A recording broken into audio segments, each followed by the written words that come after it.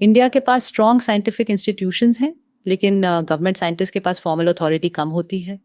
Complex decisions में उनकी बात हमेशा पूरी वेट नहीं पाती। साइंटिफिक एडवाइस अक्सर सिर्फ अर्जेंट काम जैसे कोर्ट केसेस या रेगुलेशंस के लिए यूज होती है।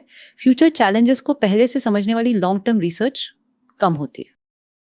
Scientist climate change, oceans, public health, disaster management, nuclear safety, biotech, space और एआई जैसे सेक्टर्स में काम करते हैं।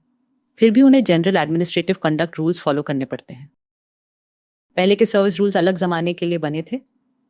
जब साइंटिस्ट गवर्नमेंट में आए, उन्हें वही पुराने रूल्स फॉलो करने पड़े।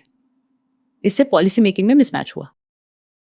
इंडिपेंडेंस के बाद इंडिया ने जनरलिस्ट सिविल सर्विस बनाई स्टेबिलिटी के लिए। आज गवर्नेंस साइंस, टेक्नोलॉजी और एनवायरनमेंट से चल रही है, इसलिए इंडियन साइंटिफिक सर्विस प्रपोज की जा रही है। सिविल सर्विसेज एक टफ एग्जाम से आती है।